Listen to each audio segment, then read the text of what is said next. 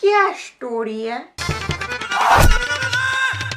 What's up guys, it's your girl Brown Girl Problems 1. When you're on YouTube, people naturally come to you for advice. I don't know why, I don't know what makes me more qualified than the next Bushra. I finally decided for you guys, I will be covering topics of your guys' choosing about my personal experience, what I feel about it, my opinion, stories, the whole lot. I asked you guys on Instagram what topic do you want me to cover this week.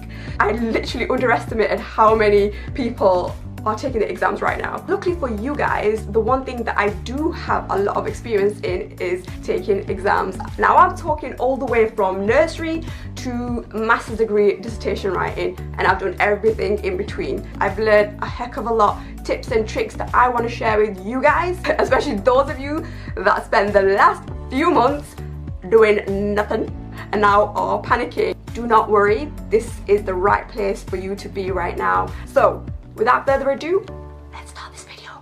Boom. For me, school was always a struggle. Didn't even actually take my primary school stats because I was in Pakistan at the time, so I didn't even take them. But one thing I knew from a very young age was that I wanted to go to university, mainly because at that time not many girls in my area went to university. I wanted to be the first one in my Khandan to go to university. But the problem was, at that time, I didn't know that I was dyslexic. I struggled with reading and spelling in particular. I naturally just thought I was just born really dumb or something because I couldn't spell the simplest words. Even till this day, I can't spell certain words, like decision is a word that I always struggle with.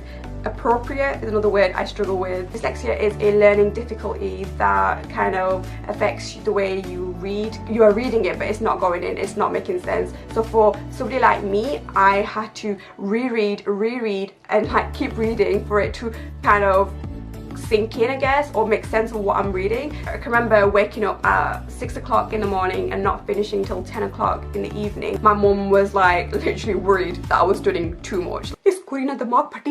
I used to take breaks in between. If I read this one page, I could treat myself and watch one episode of Pretty Little Liars or whatever. The one thing that I knew for sure, if I fail, I want to fail knowing that I gave it my 100% and I couldn't physically or mentally give anything more. Alhamdulillah, I ended up getting like 3 A stars, 2 A's, 7 B's, and I was like, bruh. That was genuinely the reward of hard work. If someone like me managed to do it, what is stopping you guys? And then I moved on to college and I took that work ethic with me because now I got a taste of getting the good results. I was like, okay, I can't let myself down. I put this added pressure on myself. None of my family members did, because my mum and dad, they literally were cool with me if I went to uni, if I didn't go to uni. There was literally zero pressure. I went to college and I studied law, psychology, accounting, and a business, and alhamdulillah I got 3 A's and a B. Bear in mind I did 4 courses as opposed to 3, so naturally I was doing more exams than the average person. I ended up getting accepted into an incredibly amazing university. At the time it was the 6th best University of Sheffield